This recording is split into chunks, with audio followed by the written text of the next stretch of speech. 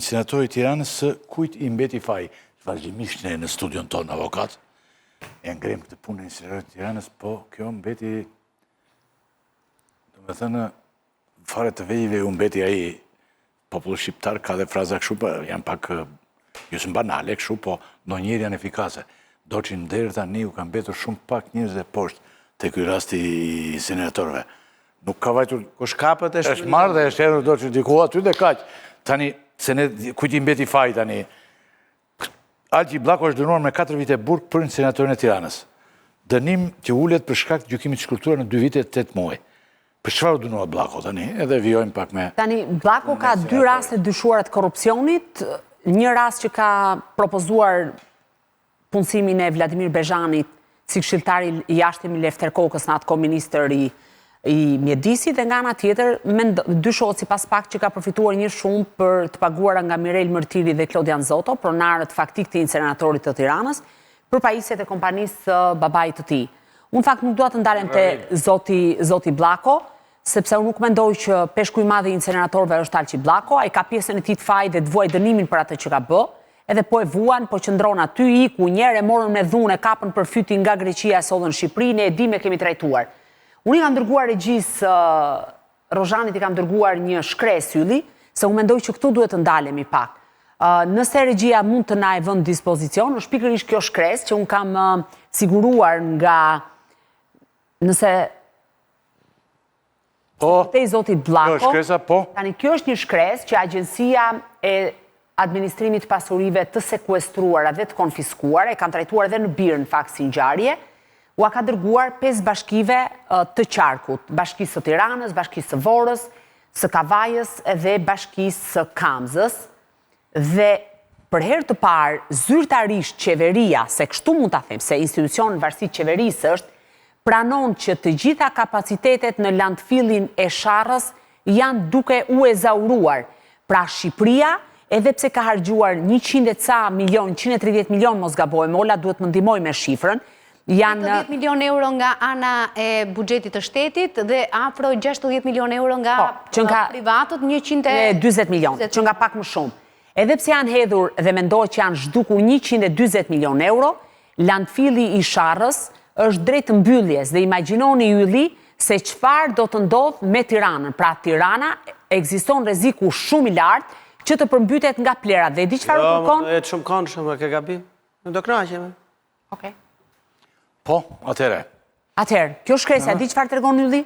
Po. Që qeveria Rama e ka çuar deri në atë pikë situatën sa Tirana dhe gjithë qarku i Tiranës mund të përmbytet nga plera dhe mund të jemi përpara një katastrofe mjedisore. Dhe agjencia, duke qenë se kapaciteti i Sharrës po mbyllet përfundimisht, ju kërkon të gjitha bashkive të qarkut të bëjnë ndarjen e mbetjeve në burim. Çfarë nuk kupton ndarja e mbetjeve në burim? Që qytetarët, që kur e nxjerrin pra mbetjen nga shtëpia duhet ta ndajnë, veç mas plastikën, veç mas qelçin, veç mas mbetjet e tjera. Dhe kur shkojnë te koshi të kenë koshat e përcaktuar për secilën nga këto tipologji mbetjesh. Dhe unë fola, sepse vetmja bashki që pranoi të fliste ishte bashkia e Kavajës duke qenë opozitare, sepse bashkitë e tjera refuzuan të jepnin shpjegim, dhe ato thanë që është e pamundur, sepse ne nuk kemi së pari kapacitete njerëzore, së dyti nuk kemi mundësi financiare, sepse kjo e rrit ndjeshëm koston për bashkinë e Kavajës, një bashki e cila normalisht nuk siguron aq të ardhura sa të bëj këtë proces, dhe vetmja mundësi që ne po propozojmë me grupin tonë të punës, më tha sekretari i përgjithshëm i bashkisë, është që të vëmë, pra të hapim një landfill të vjetër që ka patur dhe ka shfrytzuar më herët bashkia e Kavajës. Pra imagjinoni, janë miliona euro të hedhura dhe miliona euro të vjedhura, dhe kemi në burg Alqi Bllakon, Lefter Kokën, le ta vuajnë dënimin e tyre dhe ca. A vijojnë hetimet për inceneratorin e Tiranës? Por unë po them një gjë më të madhe se hetimet. Unë po të them që kanë ikur miliona dhe landfilli Sharrës po mbyllet. Ndërkohë Spaku nuk ka dërguar në burg përgjegjësit e vërtet. Avionjë duhet të çojnë njerëzit në burg përgjegjësit. Ministret edhe ministrat me radhë kur i thonim pse se negocioni kontratën minimalisht uli tarifën ta bëni jo 29 euro, po 15 euro ose 12.5 euro sa që është për kapsulimin. Kur i thonim pse vazhdoni kontratën, jo na hedhin në arbitrazh dhe na pyesnin, a doni që Tirana të përmbytet nga plerat? Ajo që është duke thënë Klodi tani ylli, është që Tirana rrezikon punë javësh ose muajsh që të përmbytet nga plera. Ose do të kërkoj ndërtimin e inceneratorit, që prap do jetë kosto për ne.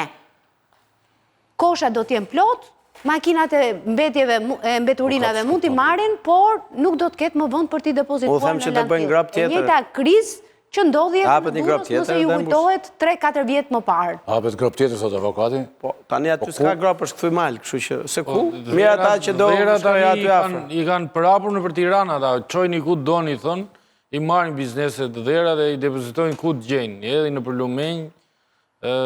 Tani do fillojnë me mbledhjet të historisë. Po vetë fakti që aty u dërguan gjithë dherat, praktikisht gjithë investimin nuk dërgohen dherat bashkë me mbetjet urbane me një vend. Ata praktikisht me dherat e nxorën jashtë përdorimit si landfill. Sepse dherat, po dakord, po sasia është marramense dhe nuk ka landfill në botë që do majtë dherat e një qyteti në zhvillim si Tirana. Për shkak se hynin pa faturë një pjesë e mirë e dherave, janë përdorur si bankomati personal i atyre që ishin në arratim Mirel Mërtirit, Klodian Zotos, një pjesë e parave të dherave dhe më pas nuk mund ta them, por kushdo që ka punuar në landfill nuk ka prer faturë dhe hap traun mbyte me dhera. Tani do thonë duhen dhe një 300 milion euro tjera që të gjejmë zgjidhje. Përfundimtare. 300 milion thotë. Po do thonë shifra. Se ka kompani që vjen në ndërtu incinerator pas kësaj historie më të ne, harroja. Mërtiri vjen prapë, pse?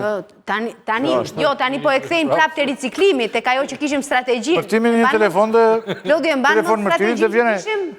Strategjin që kishim në fillim që ishte riciklimi dhe i fundit që incinerimi, tani po e kthejmë prapë riciklimin. Pra nga 2013 deri në 2025 nga është bërë goxha progres. Atëre... Arave bëjnë dhe letrat mirë edhe. Që ka blerë dhe investuar në tokën e kom fiksuar sot, thot dikush, por nuk jam në gjendje të ta përcjell këtë gjë se duket tani. E ka për investimin strategjik të qytetit Artangaçi. Po me hetimin e Erion Velit për këtë incineratorin ka gjë apo? Po thash pra më herët që vijon. Vijon, ë? Po unë mendoj që do jetë një çështje më e madhe se Veliaj. Të nderuar histori vetëm këtu të gjitha gjërat vijojnë. Është vijim çdo gjë këtu. Për çështjen e dherave. Po nuk do ta kuptoj sonte Ylli tani se nuk dua të më ikësh dhe ti nga emisioni Ylli. Problemi është që kjo histori nuk po i ka humbur. Erion Velia tani shkon më lart se Erion Velia historia. Pra ne nuk mund të ndalemi më që hetimi po vijon, unë mendoj që është absolutisht i vonuar spaku, ka dështuar me çështjen e inceneratorëve, duhet ta kishte dhënë një çështje tjetër, ta kishte hetuar si grup kriminal. Por sot që flasim, po them, shqetësimi duhet rritet dhe qytetarët duhet realisht të reagojnë për këtë çështje sepse nesër do mbyten nga plerat. Për çështjen e inceneratorit të Tiranës?